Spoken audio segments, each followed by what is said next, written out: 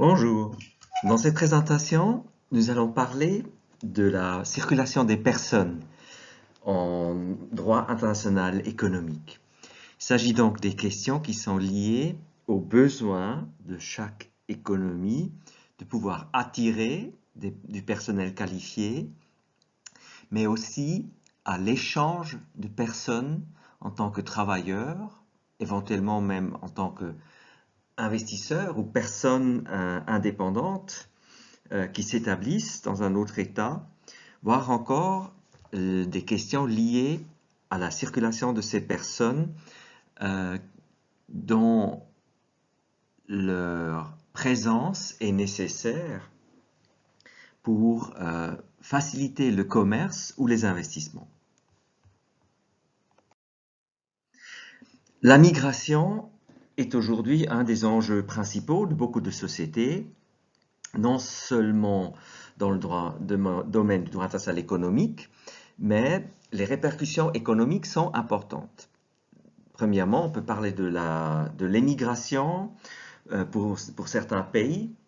Le fait que dans certains pays, le développement économique ne permet pas à employer toutes les personnes qui y vivent et qu'il peut être bénéfique pour l'économie dans son ensemble de pouvoir attirer des personnes là où il n'y a pas assez de main-d'œuvre dans certains domaines, mène à la question de l'émigration ou de l'immigration.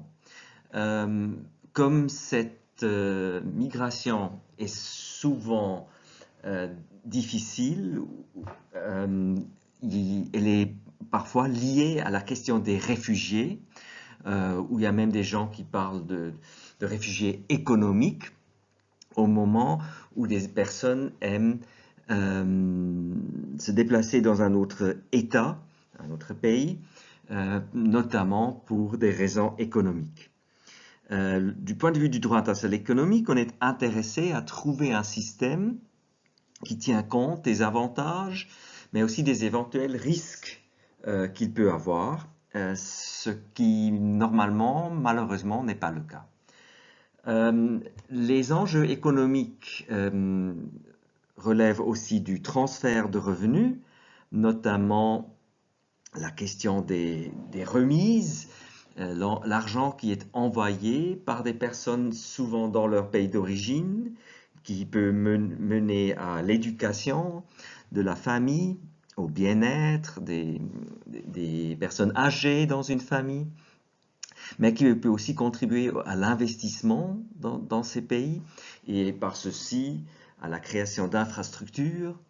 En même temps, bien sûr, peut aussi y avoir un risque qu'il ne reste plus vraiment beaucoup de personnes qualifiées dans un pays parce que la migration et le fait de pouvoir travailler dans un autre État sont beaucoup plus intéressants. En même temps, pour l'économie, se pose souvent la question des travailleurs très spécialisés dont on a besoin et qu'on ne trouve peut-être pas à tout moment en quantité suffisante. Et là, il peut devenir important, voire essentiel, de pouvoir attirer des personnes avec ce savoir-faire. La question si une économie est plutôt ouverte ou fermée peut avoir des implications, quatrièmement, sur le coût de la main-d'œuvre. Si un État n'a pas besoin de former ou de payer mieux certains employés, c'est peut-être grâce au fait qu'il y a une abondance et une possibilité de recrutement à l'étranger.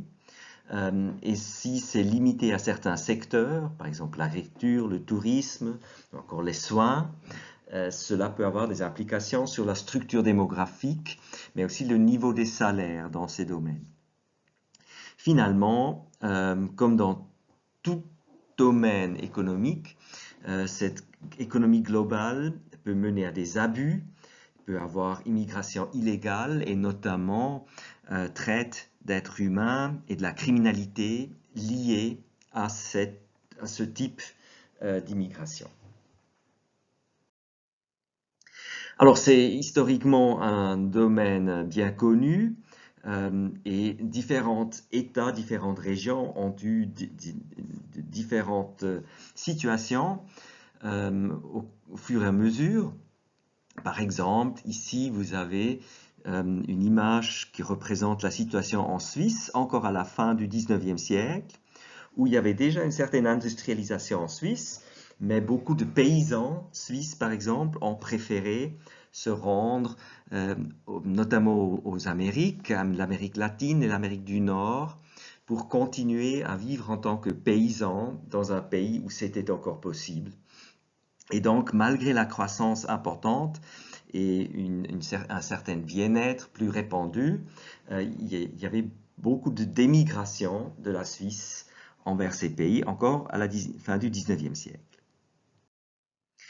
En même temps, depuis la Deuxième Guerre mondiale, on peut constater qu'en Suisse, le nombre de personnes qui viennent en Suisse normalement pour travailler a subi une énorme croissance. Si immédiatement après la Deuxième Guerre mondiale, en 1950, on peut voir ici qu'à peu près 6% de la population avait un passeport étranger. Ceci a augmenté fortement dans les années 60 à cause de la croissance économique, avec une petite faiblesse pendant les années 70 à cause de la crise pétrolière. Et cela a repris encore une fois dans les années 1990-2000, ce qui fait qu'aujourd'hui, la Suisse compte avec un taux extrêmement élevé de 25% de population résidente permanente étrangère, ce qui est aussi dû, il faut dire, au fait que l'obtention de la nationalité suisse est particulièrement difficile, tandis que dans beaucoup de pays, ces figures seraient différentes à cause du fait que que des personnes immigrées obtiennent un passeport et donc la nationalité du pays plus rapidement. Alors des statistiques pour voir l'enjeu, ça relativise aussi certaines choses. L'Organisation internationale de la migration, dont nous parlerons dans un instant, elle compte qu'en 2019, il y a à peu près 272 millions de migrants dans le monde entier, ce qui est énorme, à peu près 3,5% de la population, ce qui montre tout de même que le taux en Suisse et dans les pays riches généralement est particulièrement élevé, mais pas dans tous les pays riches, ça dépend de la politique appliquée. Par exemple, dans des pays comme le Japon ou la Corée, ces taux sont relativement bas, tandis que l'Amérique du Nord et l'Europe sont, depuis un certain temps, au moins certains de ces pays sont des pays d'immigration. On voit aussi les remises, les envois d'argent. Les sommes sont énormes. Parlons en anglais de remittance flows. Vous avez ici une estimation pour 2018 de 689 milliards de dollars américains qui seraient envoyés, dont à peu près 2/3, 60 à 70%, vers les pays en voie de développement. Donc on voit tout de même l'importance de ces flux migratoires aussi pour le développement de beaucoup de pays. Pour la migration clandestine et des problèmes liés au statut précaire de ces personnes, on pense qu'environ 15 à 20% des migrants sont dans cette situation. Vous avez ici des chiffres pour 2019 où on estime que le problème est particulièrement important aux États-Unis à cause de la situation factuelle, mais aussi de la législation en vigueur, ce qui fait que sur une population aux États-Unis de 326 millions de personnes, on compte qu'il y a à peu près 22,6 millions d'étrangers, qui est un peu plus bas que chez nous, en Suisse au moins, mais pas que dans les autres pays européens, et que de ces personnes, à peu près la moitié, 47%, seraient des immigrants qui n'ont pas une autorisation de séjour. En Europe, le problème est un peu moindre.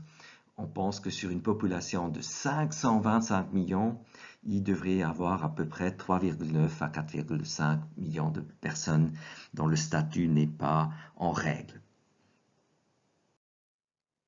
Alors nous avons déjà dit, un aspect particulièrement important, c'est l'envoi d'argent, le money transfer. C'est aussi un secteur financier important avec certains risques qui sont typiques pour les services financiers, blanchiment d'argent, corruption, abus, etc. Pour certains pays, l'influx de ces remises, de ces envois d'argent est particulièrement important. À cause du grand nombre de personnes, ça fait par exemple plus de 20 milliards de dollars en Inde, ces chiffres sont de 2005, donc pas tout à fait à jour, mais ça correspond toujours à peu près à l'estimation si on regarde le pourcentage. Mais en Inde, en même temps, ce n'est que 3% du PNB, tandis que dans des petits pays, parfois, comme le Haïti, la Jordanie, aussi la Serbie, ces sommes sont une partie importante de l'économie nationale, ce qu'il ne faut pas oublier. Du point de vue du droit international, une des institutions, une des organisations internationales importantes dans ce domaine, c'est la Organisation internationale de la migration, dont vous voyez ici quelques publications.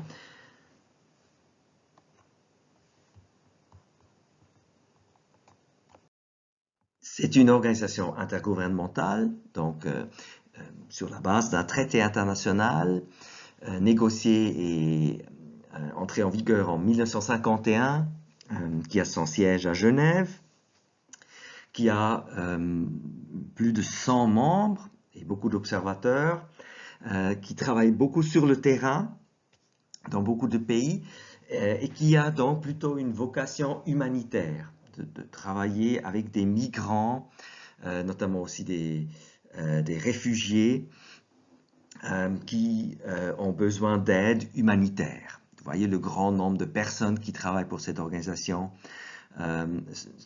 notamment sur le terrain, plus de 5 000 personnes, avec un budget qui semble important, mais qui, au vu des problèmes des personnes, des réfugiés qui ont besoin d'aide, est relativement petit. Donc, ce n'est pas une organisation qui est généralement considérée comme une organisation économique, car son rôle dans la migration et la régulation de la migration économique est moindre. Il est limité à des opérations humanitaires concernant des réfugiés ou des personnes ayant un statut précaire.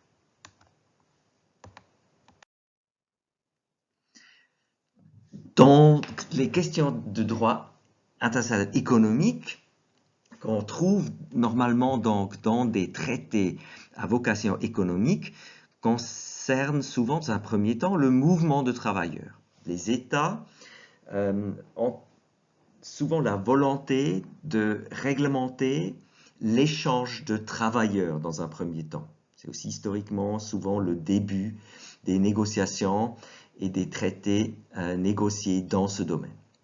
Tout de même, par la suite, il se pose très souvent la question si cela implique aussi le mouvement des familles qui ne participent pas directement à la vie économique dans un premier temps, ou qui ne participent plus, par exemple si vous pensez à des parents ou des personnes âgées, mais qui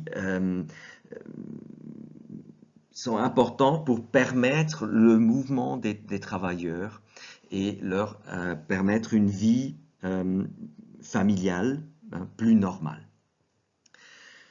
En plus, certains accords prévoient aussi la migration de personnes qui ne participent pas directement à la vie économique, mais qui veulent par exemple suivre des études ou la question si des personnes qui ne travaillent plus peuvent rester dans le pays des personnes à la retraite, ou encore si on veut faciliter l'accès et le séjour de personnes qui consomment simplement et donc participent à la vie économique plutôt en tant que consommateurs que de travailleurs.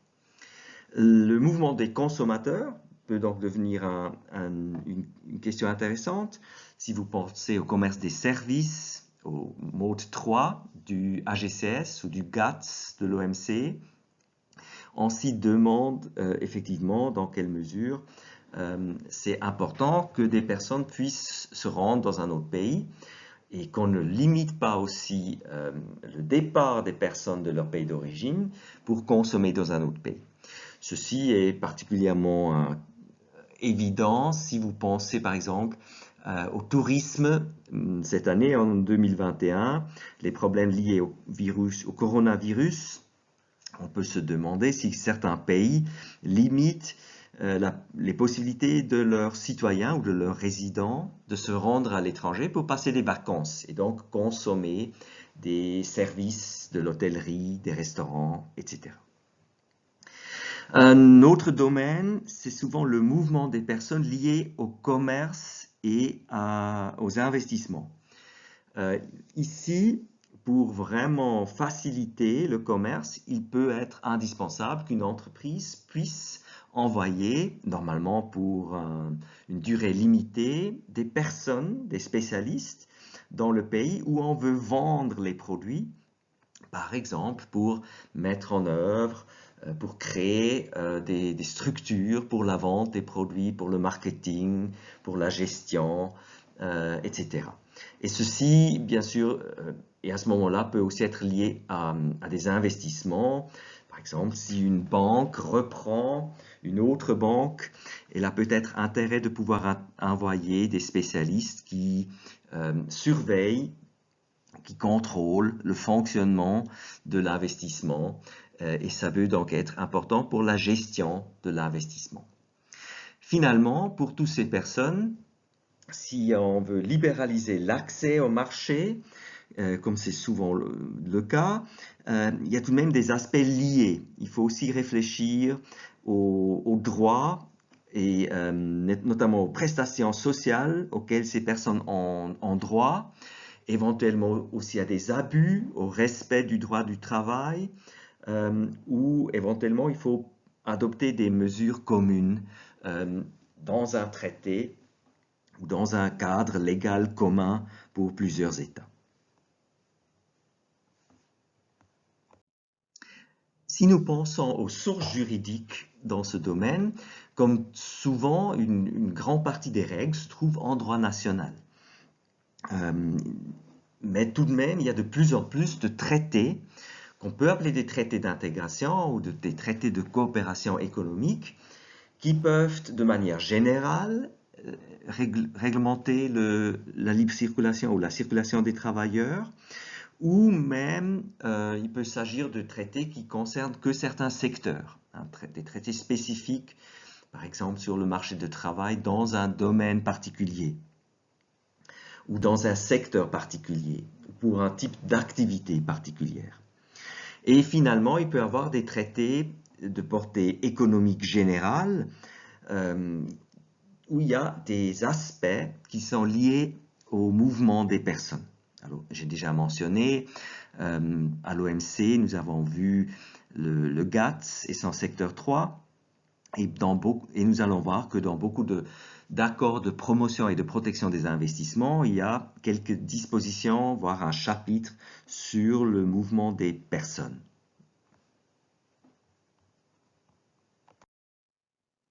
Alors, du point de vue du droit national, pour la Suisse, on trouve beaucoup de règles dans ces différentes lois, qui parfois sont aussi des lois de mise en œuvre pour des traités internationaux. Par exemple, ici, vous avez des règles pour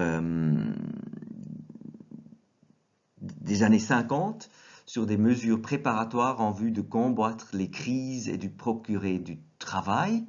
Donc on voit ici, dans les années 50, encore des tentatives qui peut-être ne correspondent plus exactement à ce que nous faisons aujourd'hui, normalement, tandis que dans les années 90 et 2000, vous voyez ici plusieurs ordonnances et lois concernant les travailleurs détachés en Suisse et les mesures d'accompagnement. Donc des règles concernant des travailleurs d'entreprises étrangères qui, pour une durée limitée, viennent en Suisse pour effectuer des travaux au nom de ces entreprises sises à l'étranger. On parle de travailleurs détachés. Et donc, ce sont des mouvements de travailleurs liés à la prestation de services, normalement, libéralisés dans des accords internationaux, notamment des accords entre la Suisse et l'Union européenne, mais aussi au sein de l'OMC, dans le cadre du GATS. Un autre exemple ici pour un autre pays, la loi sur l'immigration et la protection des réfugiés. On voit ici une combinaison donc, de l'immigration de manière générale avec le statut particulier des réfugiés politiques, notamment dans un pays comme le Canada qui se déclare lui-même un pays d'immigration, qui, pour des raisons historiques, a toujours eu besoin d'attirer beaucoup de travailleurs étrangers et donc une politique nationale d'immigration un peu différente de celle de la Suisse, par exemple. Une situation particulière résulte des traités économiques qui sont plus ambitieux et qui veulent achever l'intégration économique. Et pour nous, particulièrement important est évidemment l'Union européenne, où le mouvement de personnes est un élément essentiel du marché intérieur et aujourd'hui de l'union politique en tant que telle en Europe.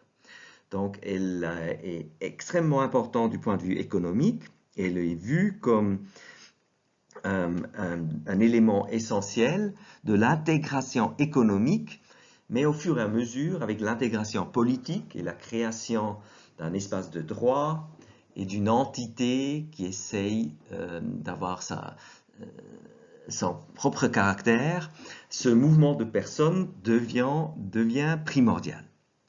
Et la Suisse, qui n'est pas membre de l'Union européenne, si elle veut participer même seulement à ce marché intérieur, donc à une partie de l'intégration économique, elle a été obligée à respecter donc les règles concernant la libre circulation des personnes.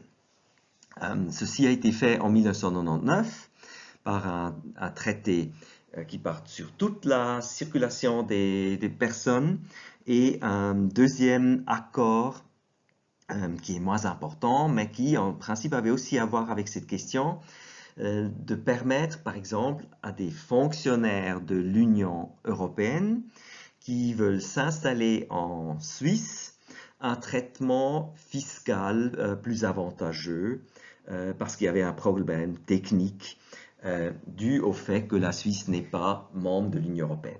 Mais donc, on peut voir ici un deuxième exemple concernant cet accord sur les fonctionnaires communautaires qui sont à la retraite, qui est lié à cette circulation des personnes. Et dans ce deuxième cas, dans le cas moins commun, où on veut permettre à des personnes à la retraite de s'installer en Suisse, essentiellement pour consommer aussi et participer de manière passive à la vie économique du pays. Pour la Suisse, il faut mentionner au niveau européen aussi la convention ALE de 2000 qui a été mise à jour pour que ces règles s'appliquent aussi entre la Suisse et par exemple la Norvège, où le cadre adéquat semble la convention ALE. La mise en œuvre de cette libre circulation entre la Suisse et l'Union européenne, c'est donc la mise en œuvre du marché intérieur. Certains articles du traité et du traité sur le fonctionnement de l'Union européenne. Et si on regarde le développement dans l'Union européenne, on voit exactement que dans un premier temps, on avait mis en avant surtout la circulation des travailleurs, des entrepreneurs, donc des investisseurs souvent, qui vendent leurs services à titre indépendant. Et dans un deuxième temps, on avait aussi pensé aux familles et aux étudiants et aux personnes à la retraite. Et aujourd'hui, l'Union européenne parle des citoyens de l'Union européenne. Donc on voit cet aspect politique qui devient primordial et qui englobe les aspects économiques.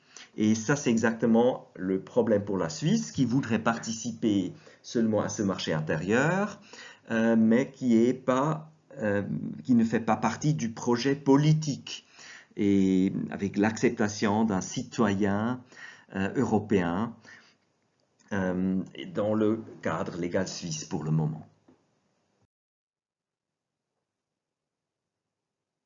La mise en œuvre au niveau national devient très technique. Ici, l'exemple d'une ordonnance de 2002 pour l'introduction progressive de la libre circulation des personnes entre la Suisse et les pays membres de ce qui est aujourd'hui l'Union européenne, mais aussi de l'ALE. Alors, si on veut aller moins loin, il y a la possibilité pour deux pays, pour deux États, de éventuellement régler certains aspects de l'échange de travailleurs et de personnes. Un exemple d'une autre région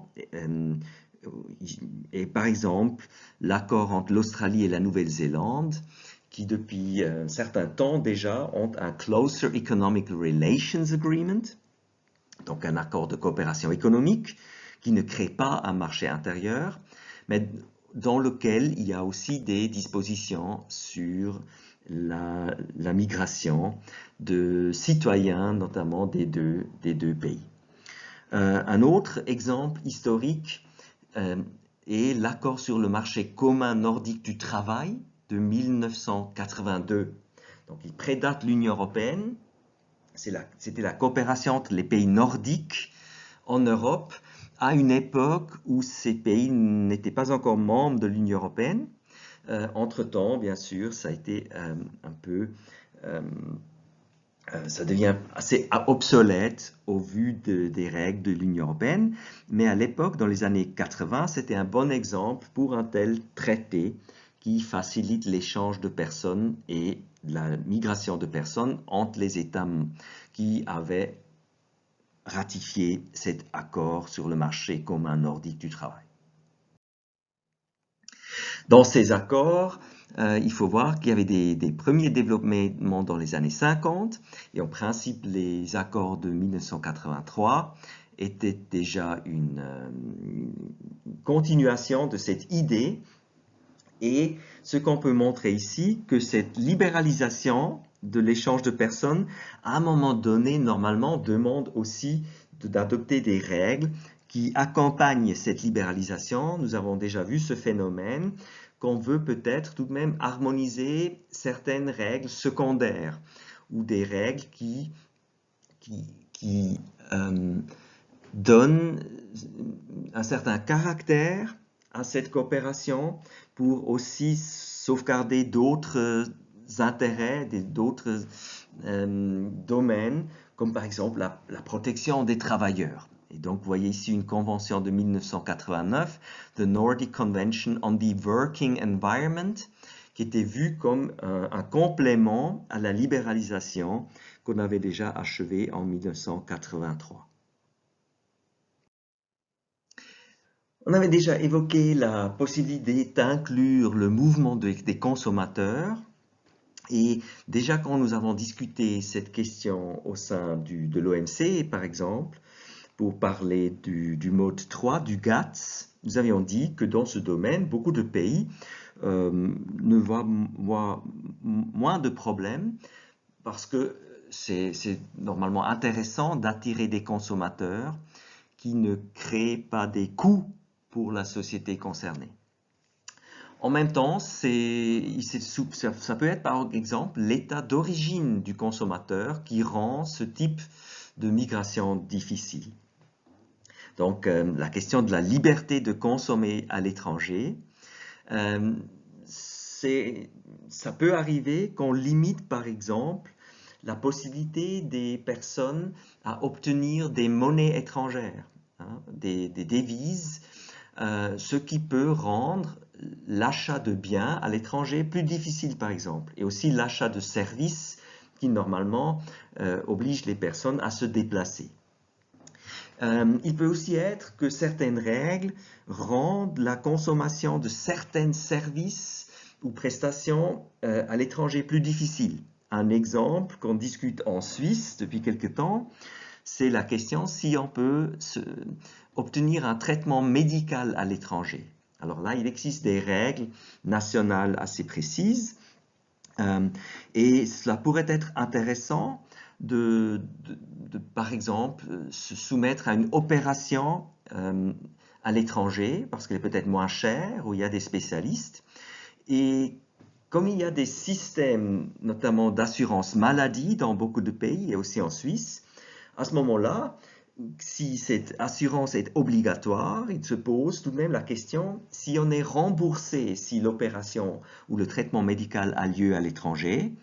Et si, comme c'est le cas en Suisse, on limite la possibilité pour les assurances maladie de rembourser ses coûts, c'est automatiquement aussi une limitation de la possibilité d'une personne de se rendre à l'étranger pour obtenir un traitement médical. Et donc une limitation du commerce des services, si vous voulez, parce que le traitement médical est un service, mais qui est lié aussi à ce déplacement de la personne à l'étranger. Dans le cadre de l'Union européenne, on a des règles assez élaborées pour normalement permettre ce type d'échange de services pour qu'une personne puisse obtenir un traitement médical à l'étranger, avec la difficulté qu'il y a tout de même des domaines qui ne sont pas encore harmonisés et que les différences de coûts, et comme il s'agit de prestations sociales dans certains cas, qu'on veut donc limiter les coûts qui pourraient en résulter pour le pays concerné. Donc on trouve des modèles mixtes qui en principe veulent faciliter la circulation des personnes entre les différents pays membres de l'Union européenne et aussi la consommation de services dans un autre pays membre sans trop limiter la souveraineté des États dans le domaine médical, où on n'a pas encore une harmonisation en place. Ceci nous mène donc déjà à la question des mouvements de personnes liés aux investissements et au commerce.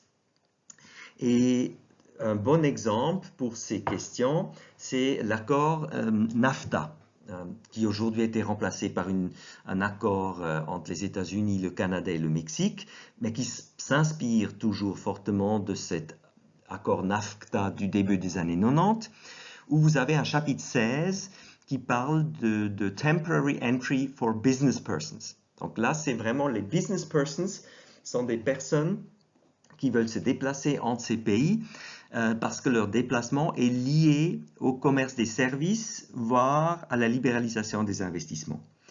Et donc, on a créé une catégorie de personnes qui est au bénéfice de certains privilèges pour se rendre plus facilement dans un autre pays et obtenir un permis de séjour, un permis de travail, normalement de manière temporaire, comme vous voyez ici dans l'article 16.03 de cet accord. Cette question se pose souvent dans quelle mesure on veut libéraliser le mouvement de certaines personnes. Il n'y a pas que les business persons en tant que tels. Une discussion qui existe depuis longtemps entre la Turquie et l'Union européenne, par exemple, qui ont une union douanière, c'est la question des chauffeurs de camions pour transporter ces marchandises qui en principe au sein de l'union douanière devraient vraiment bénéficier d'un traitement très très favorable. Absence de droits de douane, possiblement absence d'autres obstacles.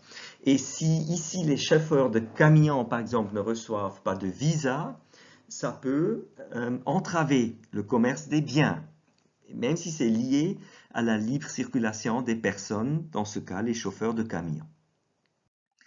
Trouvez ici un exemple de 2006 où il y a encore eu des discussions entre l'Union européenne et la Turquie, parce qu'on a dit à l'époque que la durée officielle pour obtenir un visa pour ces chauffeurs routiers était trop longue, et donc il fallait essayer une manière des mesures qu'on allait adopter ensemble pour faciliter aussi la circulation de ces conducteurs pour pouvoir transporter les biens.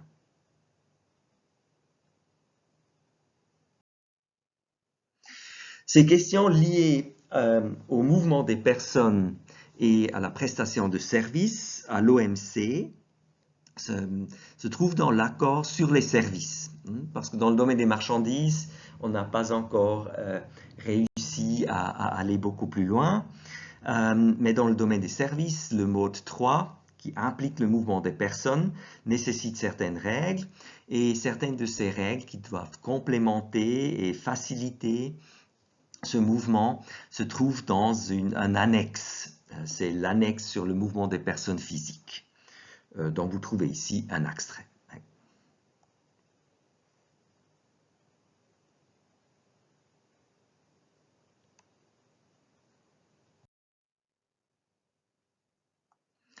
L'équilibre qu'on cherche à trouver pour le moment encore entre libéralisation économique et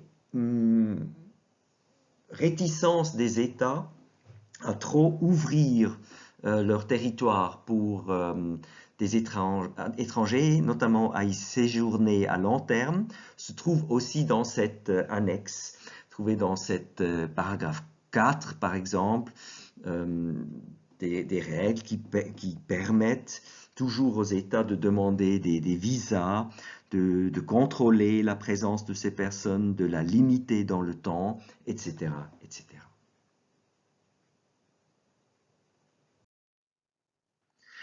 Ici un exemple d'un accord de promotion et de protection des investissements entre la Suisse et un État étranger. C'est l'API de la Suisse avec les Émirats arabes unis de 1998, où on trouve dans l'article 3 quelques règles très rudimentaires sur les personnes.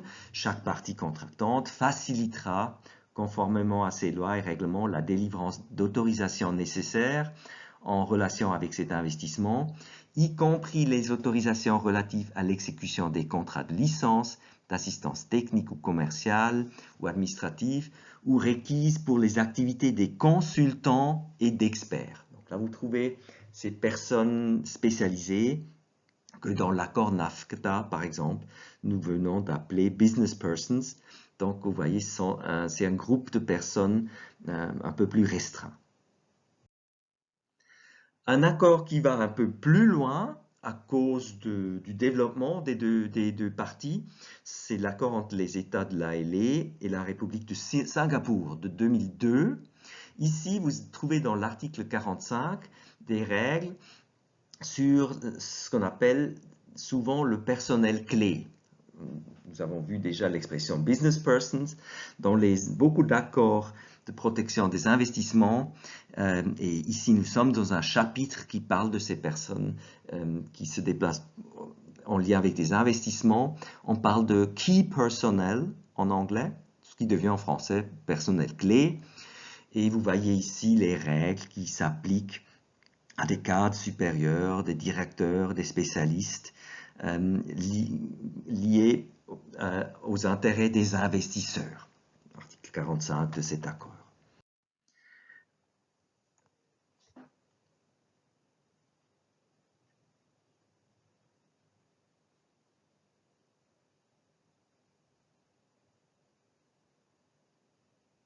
Ce qui est intéressant dans cet accord entre la Suisse ou les pays de l'ALE et le Singapour, que souvent, l'idée c'est ici que ces règles ne s'appliquent pas seulement aux nationaux, donc aux personnes ayant le droit de citer d'un des États, mais des participants au marché de travail ou des personnes avec n'importe quelle nationalité qui travaillent pour ces investisseurs. Et si vous pensez aux chiffres pour la Suisse, où il y a un grand nombre de spécialistes étrangers qui vivent en Suisse, qui travaillent pour des entreprises en Suisse, et ces entreprises qui sont en Suisse elles-mêmes investissent par la suite dans des pays tiers, alors ça peut devenir intéressant que par exemple un ingénieur allemand qui vit en Suisse puisse travailler pendant une certaine période pour cette entreprise au Singapour. Et c'est exactement ici ce qu'on trouve dans l'alinéa 2 de l'article 45. Sous réserve de leurs lois et règlements, les parties permettent aux investisseurs d'une partie qui possèdent des investissements sur le territoire et aux investissements de ces investisseurs d'employer le personnel clé, trouvez de nouveau ce terme, choisi par l'investisseur ou l'investissement, sans considération de nationalité ou de citoyenneté, à condition que ce personnel clé ait été autorisé à entrer, séjourner et travailler sur le territoire, etc. Donc vous voyez, en principe, ce sont toutes les personnes qui travaillent pour les investisseurs et qu'on aimerait déplacer pour une période de durée limitée dans un autre pays pour accompagner ou pour mettre en œuvre, pour activer l'investissement qu'on y a. Ça va encore plus loin, troisième alinéa, une idée que nous connaissons déjà, ces règles ne s'appliquent pas seulement à ce personnel clé, mais aussi leur famille. Et donc, ça devient de plus en plus important parce que beaucoup de personnes ne sont plus vraiment prêtes à travailler en tant qu'expatriates s'ils ne peuvent pas aussi faire suivre leur famille. Et donc, cette alinéa 3, dans cet accord, parle des conjoints, des enfants mineurs d'un investisseur, etc. C'est les limitations qu'on y trouve normalement. À nouveau, un équilibre entre besoin de pouvoir permettre le mouvement de ces personnes pendant un certain temps sans trop limiter la souveraineté des États, de limiter l'immigration.